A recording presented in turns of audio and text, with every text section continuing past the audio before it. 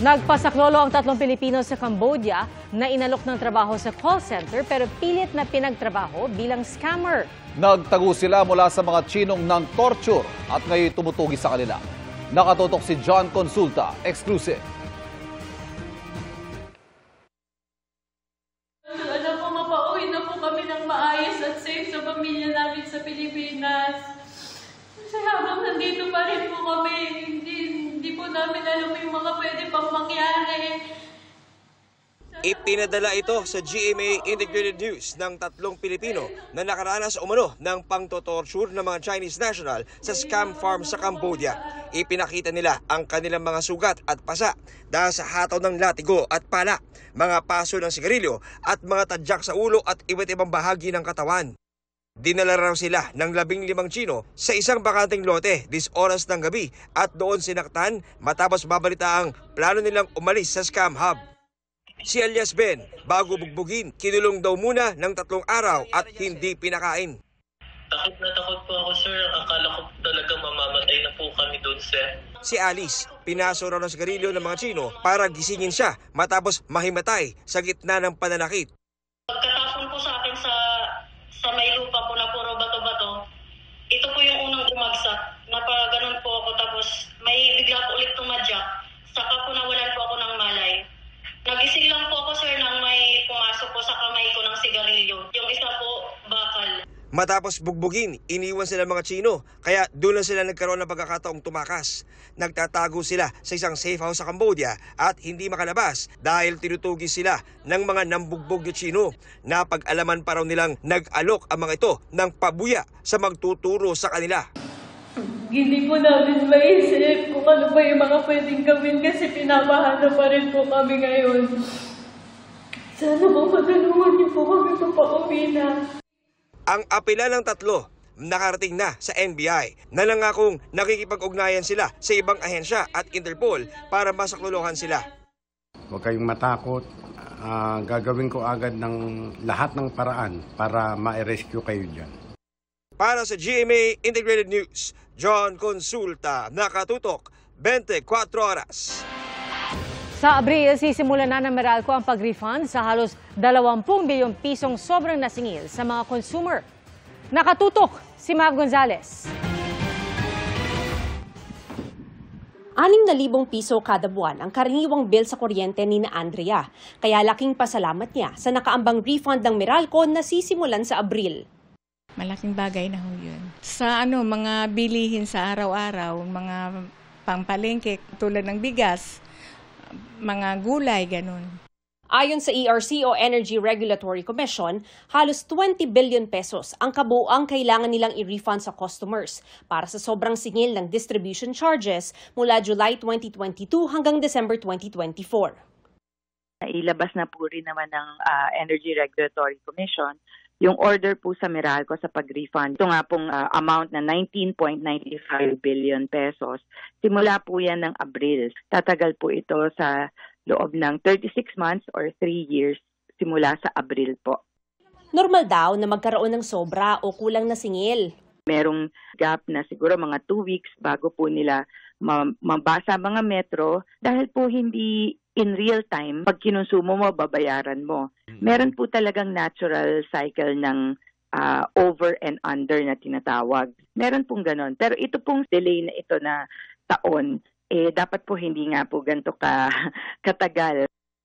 Halos 12 centavos per kilowatt hour ang refund sa utility.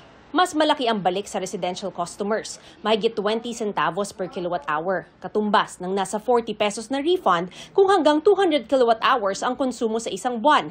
Makikita ito sa bill sa hiwalay na linya para sa awat refund. Mag-a-apply raw para sa isa pang refund scheme ang Meralco kapag na-compute na nila ang actual weighted average tariff o awat para sa January to June 2025.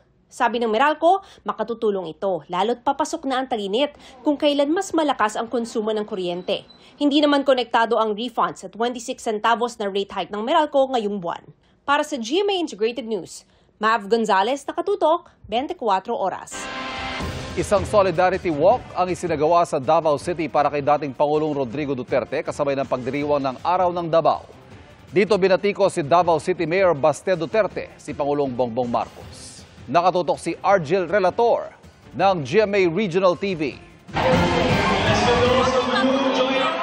Nagtipon-tipon sa San Pedro Square sa Davao City ang libo-libong lumahok sa Solidarity Walk para kay dating Pangulong Rodrigo Duterte kaninang tanghali.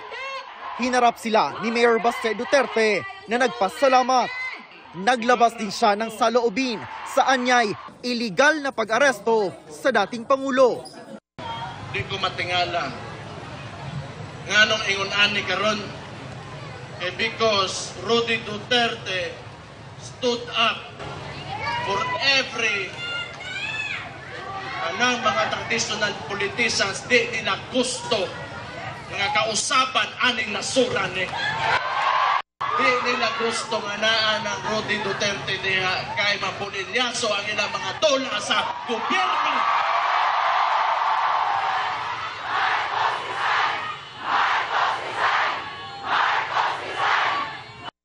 Binatikos ng alkalde si Pangulong Bongbong Marcos. Kaning administrasyon ni Marcos, si Bongbong Marcos mismo, binigay niya sa ICC.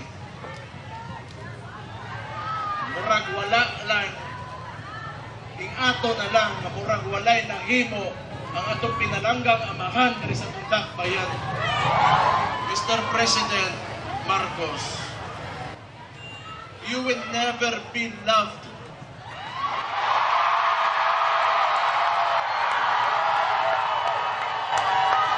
Especially to us who are calling out Rudy Duterte's name, you will never be loved.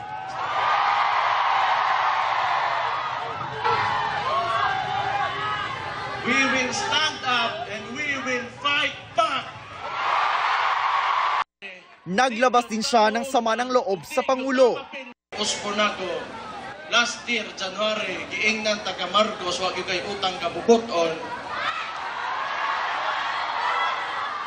Ang imong amahan, ipalubong sa akong amahan. Ang akong amahan, ipapreso nimo. Sa taya ng Davao Police, aabot sa 30,000 ang nakiisa sa Solidarity Walk sa Davao City. Nagkaroon din ng motorcade ang Duterte supporters sa Maynila at Quezon City. Gayon din sa Malolos, Bulacan, maging sa Kalibo, Aklan. Para sa GMA Integrated News, Argel Relator ng GMA Regional TV, nakatutok 24 oras.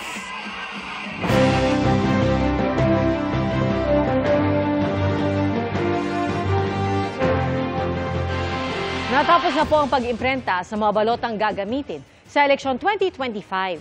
At ang nasa 6 na milyong balotang outdated o hindi na magamit, sinimulan ng sirain ng COMELEC.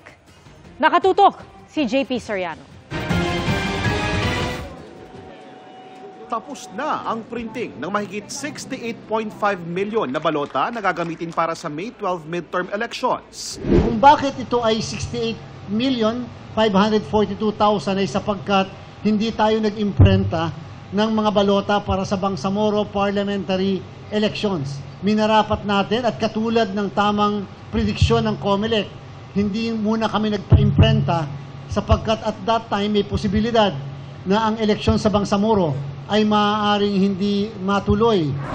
Natapos man ang printing ng lahat ng balota, dadaan pa ito sa matinding pagsusuri at verification para matiyak na tama at walang makakalusot na maling detalye.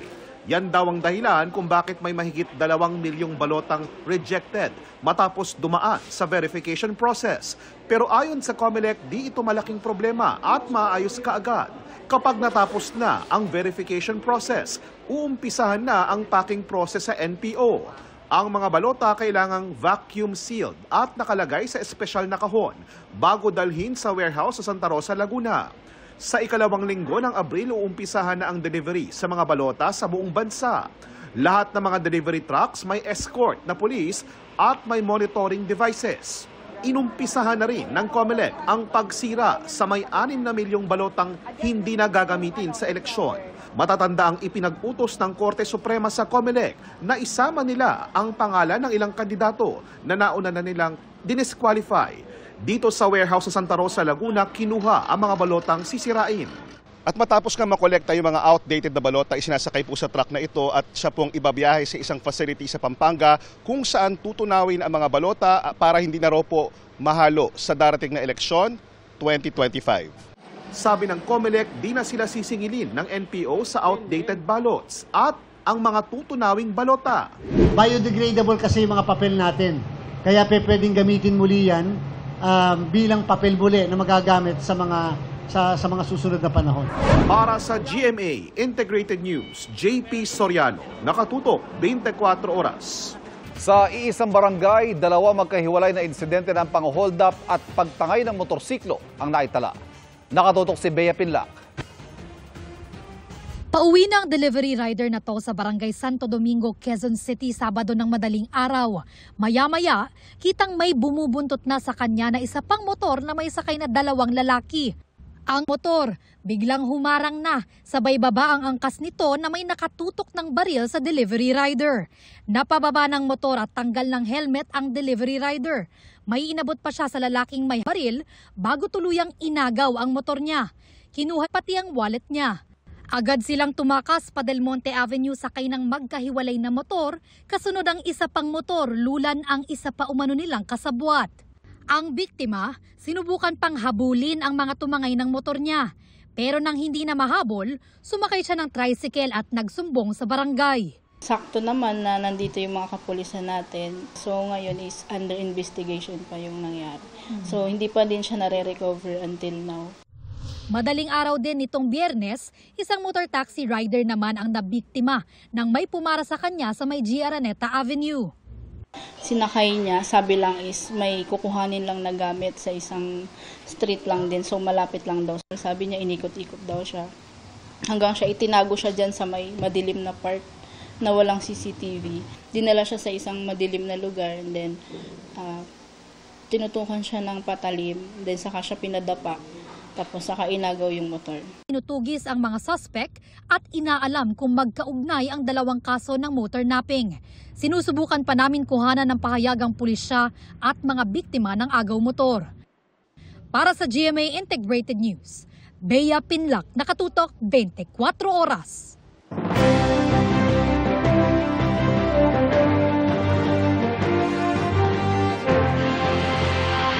Inilabas ng Okta Research ang resulta ng kanilang Tugon ng Masa February 2025 Pre-Election Nationwide Survey. At nakatutok si Darlene Kai. 16 na kandidatong may statistical chance sa manalo batay sa Tugon ng Masa Survey ng Okta Research Group para sa 2025 Senate elections.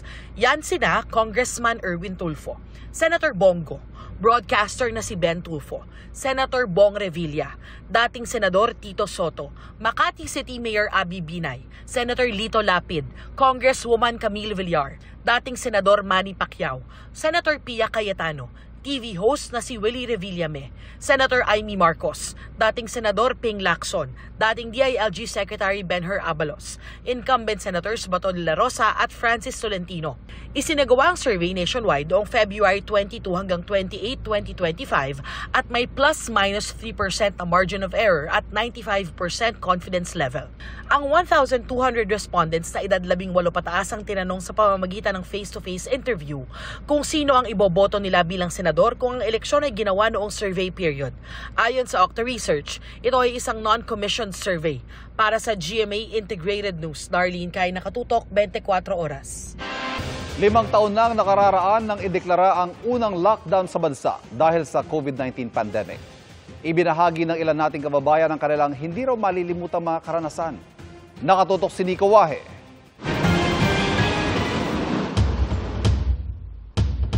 Community quarantine is hereby imposed in the entire of Metro Manila.